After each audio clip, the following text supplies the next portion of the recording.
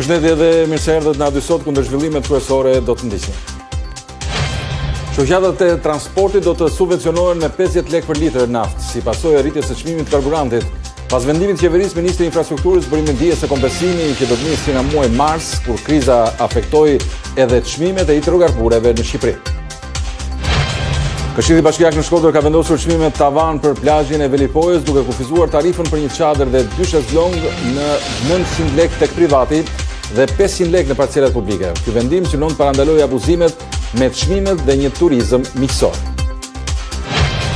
Partitë politike në Kosovë publikuan listat me kandidatët për deputet. Ndryshime pati në listën e LDK-s me riktimin e Vjosa Osmanit, ndërsa u la jashtë Abdullah Hoti.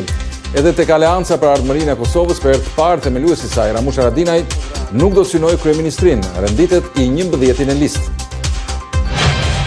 Presidenti Donald Trump briti në Kinë për të takuar me homologun kinez Xi Jinping. Takimi i cili synon forcimin e bashkëpunimit tregtar dhe teknologjik vjen në hijen e rëndë të luftës me Iranin. Në këto takime Trump ka marrë me vete edhe Elon Musk. Shoqatat e transportit do të subvencionohen me 50 lekë për litër naftë si pasojë e rritjes së çmimit të karburantit. Pas vendimit të qeverisë, Ministri i Infrastrukturës bëri me dije se kompensimi do të nisë që nga muaji mars, kur kriza aftoi edhe çmimet e hidrokarbureve në Shqipëri. Është një akt i rëndësishëm, i marrë në kuadër të masave subvencionuese që qeveria shqiptare ka marrë në kohën e krizës së hidrokarbure dhe bëhet fjalë për masën e subvencionimit për transportin qytetës, ndër qytetës dhe rreth qytetës.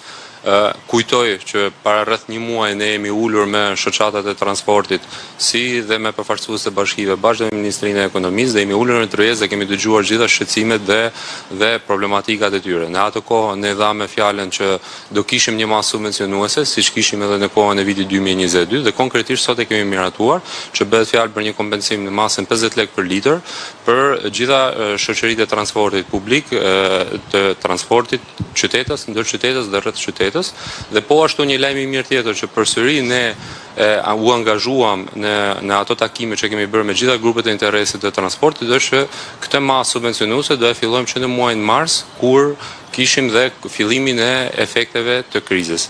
Dhe në këtë kuptim kemi përmbushur një angazhim të marrë me grupet e interesit dhe si vazhdakurësisë përkatëse.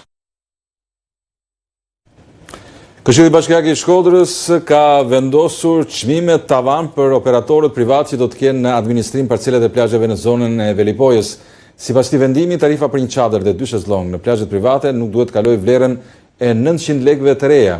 Kjo bëhet për të shmangur abuzimet me çmimet ndaj turistëve, me qëllim krijimin e një klime sa më miqësore dhe të qëndrueshme në zhvillimin e turizmit.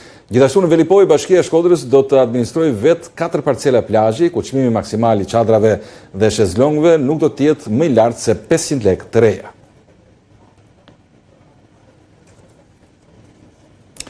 Sektori i turizmit në vendin tonë ndonse po të rejë gjithnjë dhe më shumë vizitorë, ende menaxhimi në tërësi lë shumë për të dëshiruar dhe mbetet i pakonsoliduar.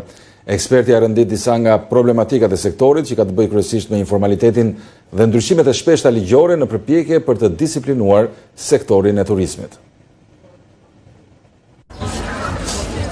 Ndërsa Shqipëria tashmë është futur në listën e vendeve të preferuara për turizëm, veçanërisht gjatë sezonit veror, mënyra administrimit të këtij sektori në tërësi lë ende për të dëshiruar dhe akoma nuk mund të quhet një menaxhim profesional. Eksperti e turizmit në një prej qyteteve më të preferuara për turizëm në vendin tonë, Durrësin, konstaton se Shqipëria ende nuk ka një model të konsoliduar të turizmit, duke nënvizuar edhe problematikat kryesore. Jemi akoma midis eksperimentalit dhe të solidit, sepse ka shumë akoma gjëra për të rregulluar. Mungojnë që nga mënyra e kontrollimit të Airbnb-ve për shembull, ka shumë Airbnb që përdoren. Disa ditë më parë u diskutuan për punën e shtretërve, se sa janë të deklaruar dhe sa nuk janë deklaruar në pjesën e turizmit dhe pa që një numër i madh shtretërish janë të pa deklaruar, gjithë thotë që dhe personat të cilët përdorin Airbnb sa të lidhur ose sa miqësorja me turistët apo si e bëjnë punën e tyre. Pra, kemi shumë elemente të cilët duhen parë dhe duhen vlerësuar. Kemi dhe pjesën e konkurrencës jo të ndershme, domethënë hoteli ka të përdeklaruar një përqindje të saktuar, 30% të themi të shtretëve gjatë sezonit të saktuar me qëllim që të paraprijë ato taksat për shtetin, apo duhet pagojë sigurimet shoqërore të punonjësve, apo duhet ketë shpenzime të tjera, ndërkaq që Airbnb nuk i ka këto lloj shpenzimet, dhe pse ajo çfarë po ndodh si vjet, po shikoj që janë dërguar Airbnb-ve njoftime të paktën 2 ditë më parë, duke thënë që ju rishikojmë të rideklaroni ose të rishikoni deklarimet tuaja, sepse tashmë janë evidentuar nga shteti kush janë Airbnb-t dhe sa kanë qenë të ardhurat e Airbnb-ve. Ndërkohë, institucionet kanë paralajmëruar masa dhe rishikime të tjera për rregullimin e sektorit, në përpjekje për ta bërë turizmin shqiptar më të qëndrueshëm dhe më të formalizuar në vitet në vijim.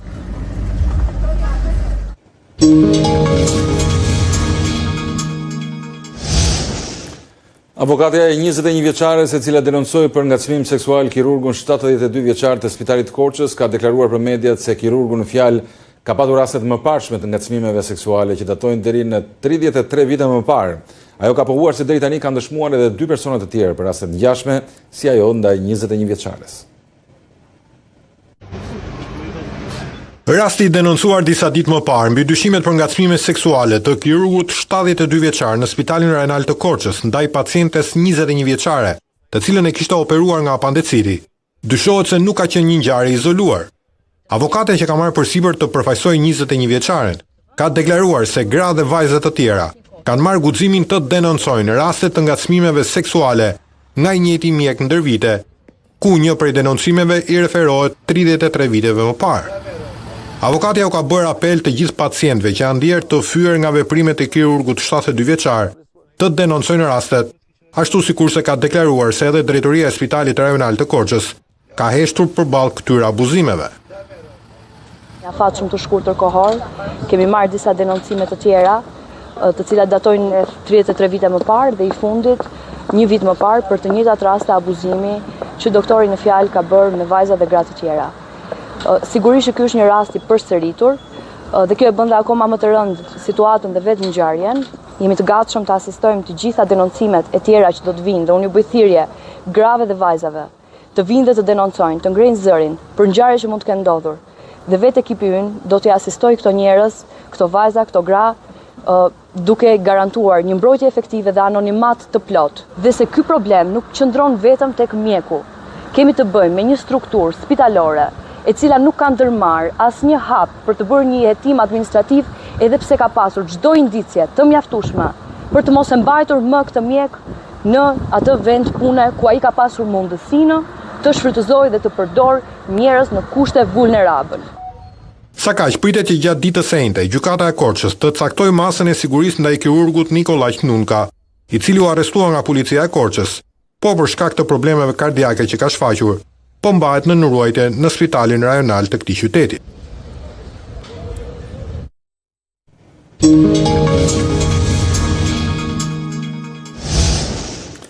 Partitë politike publikuan listat me kandidat për deputet në Kosovë. Mbi 900 kandidat do të jenë në garë me 23 subjekte të ndryshme politike. Ndryshime patin listën e LDK-s me rikthimin e Vjosa Osmanit dhe në atë të Aleancës për Ardhmërinë e Kosovës, që për herë të parë themeluesi i saj Ramush Haradinaj nuk do të synojë kryeministrin. Mbi 900 kandidat pritet të jenë në garë për deputet në listat e 23 subjekteve politike në zgjedhjet e 7 qershorit në Kosovë. KQZ konfirmoi se 18 parti, 3 koalicione, një nisëm qytetare dhe një kandidat i pavarur kanë aplikuar brenda afatit të përcaktuar. Prej këtyre kandidatëve, 603 janë burra dhe 314 gra. Lëvizja vetëvendosje ka ofruar disa emra të rinj, por 10 që ja parë mbetet e pandyshuar.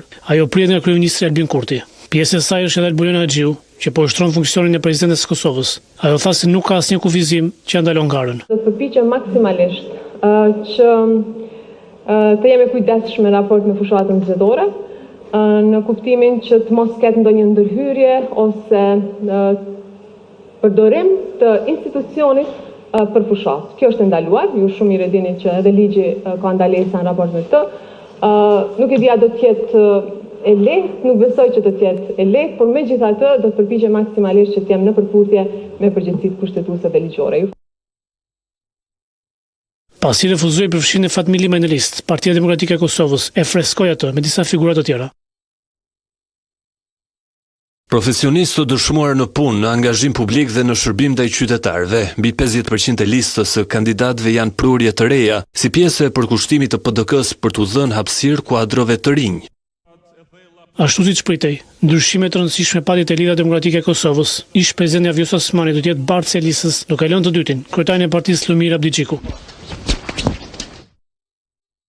110 përfaqësues të një ideje për Republikën, të një republike me dinjitet, me institucione të forta, me zhvillim, me aleanca të palëkundura perëndimore dhe me njerëz në qendër të saj, një ekip që bashkon përvojën dhe energjinë e re, integritetin, profesionalizmin dhe përkushtimin ndaj Republikës.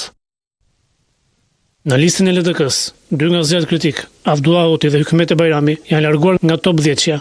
Vendin e tyre e kanë zënë 2 kandidatë të Osmanit, Albena Reshitaj dhe Jeta Statovci. Të dy këto bashkë me Haxhi Avdylin kanë qenë deputet me lëvizjen vetvendosje gjatë legjislaturës kaluar. Për këto largime nuk pati asnjë koment nga Partia e Kurtit.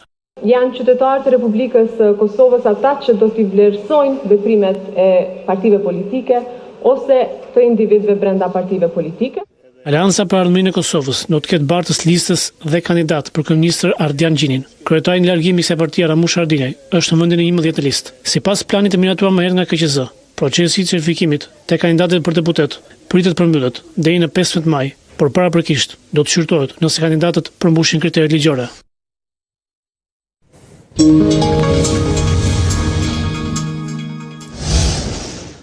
Pak çaste më parë, presidenti i Shteteve të Bashkuara të Amerikës Donald Trump mbriti në Kinë pikërisht në vizitën e tij të parë zyrtare të një presidenti amerikan që nga viti 2017, ndërsa nga nesër pritet takohet me homologun e tij kinez pikërisht Xi Jinping. Është teksa doli nga Air Force One, janë pame pra që na vinë nga CNN. Ati ju rezervua një ceremoni e vogël me të rinj, pra me pritje me të rinj dhe të reja, të cilët valvitën flamurin kinez, por edhe flamurin amerikan me tingujt e muzikës ceremoniale të tyre. Këto janë pamjet pra që na vinë pra pikërisht nga CNN në ardhjen e Donald Trump në Kinë, ku pritet që tema kryesore mes dy presidentëve të jetë pikërisht lufta në Iran, ndërkohë që përpara nisjes Donald Trump u tha gazetarëve se nuk do të ishte e nevojshme një ndihmë ndaj Iranit, pasi ne do ta fitojmë me një ose një tjetër mënyrë, pra do ta fitojmë paqësisht dhe në mënyra të tjera, tha Donald Trump. Edhe Ministria e Jashtme kineze nëpërmjet zëdhënësit të saj deklaroi se e mirëpret presidentin amerikan në Pekin.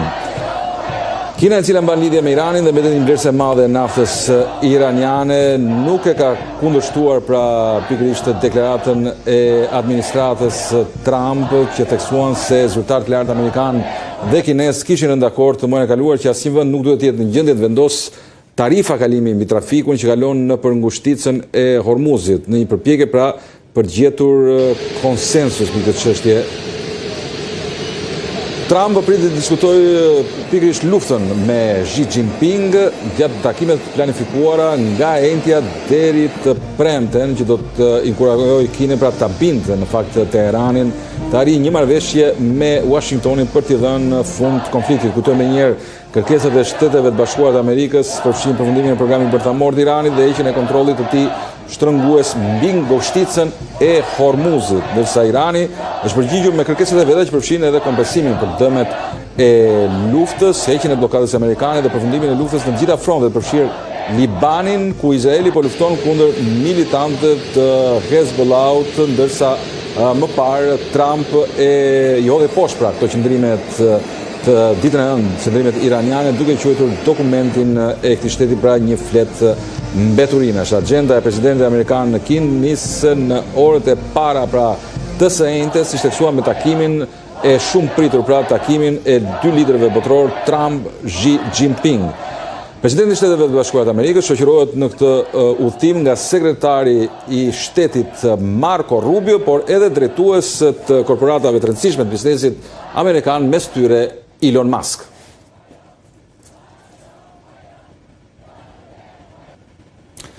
Enklava palestineze pritet përfshihet nga një tjetër luftë e dhunshme, kështu bëjmë dije banorët, duke përmendur sulmet e fundit të ushtrisë izraelite.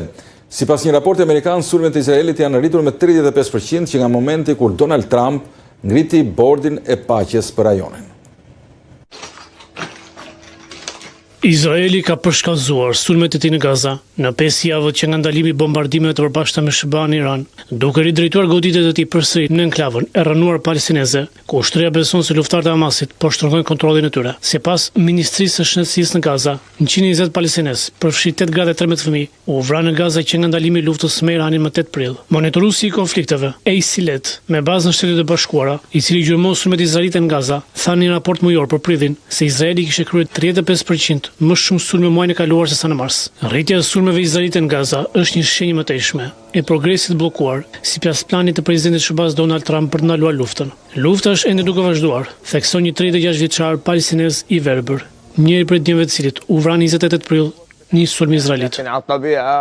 U ndal në një uftim, por në realitet dhe në terren lufta nuk ka ndaluar, tha ai. Familja e tij ka jetuar në kamp me tenda në rrënoja në Khan Yunis. Ushtria izraelite nuk dha asnjëherë komente mbi arsyet e sulmeve të saj të intensifikuar në Gaza, por 4 zyrtarë të mbrojtjes izraelite i thanë Reuters se ushtria e kishte palëmëruar qeverinë e kryeministit Benjamin Netanyahu në javën e fundit se Hamasi ka qenë duke forcuar kontrollin e tij, duke rindërtuar forcat e tij dhe duke prodhuar armët. Një tjetër zyrtar ushtarak izraelit, duke folur në kushte anonimiteti, tha se ambushimin në Gaza i lejon Izraelit të veprojë kundër kërcënimeve të mënjeshme. Zyrtari tha se ushtria ishte përgatitur për çdo skenar, duke përfshirë hartimin e planeve më të gjera të betejës për një rifillim të luftimeve në Gaza, megjithëse ende nuk ishte dhënë një urdhër i tillë.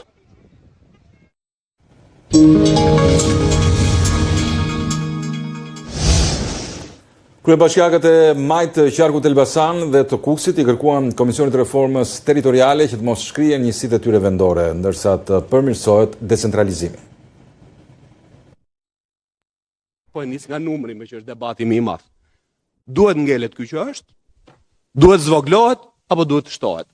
Po, Belçi duhet të qëndrojë bashki. Prejasi ka qenë në 10 bashkitë me preferencë më të mirë financiare. Po, duhet të qëndrojë. Patjetër bashkia së sot është e gatshme që të zgjerohet. Pra të jetë më e madhe.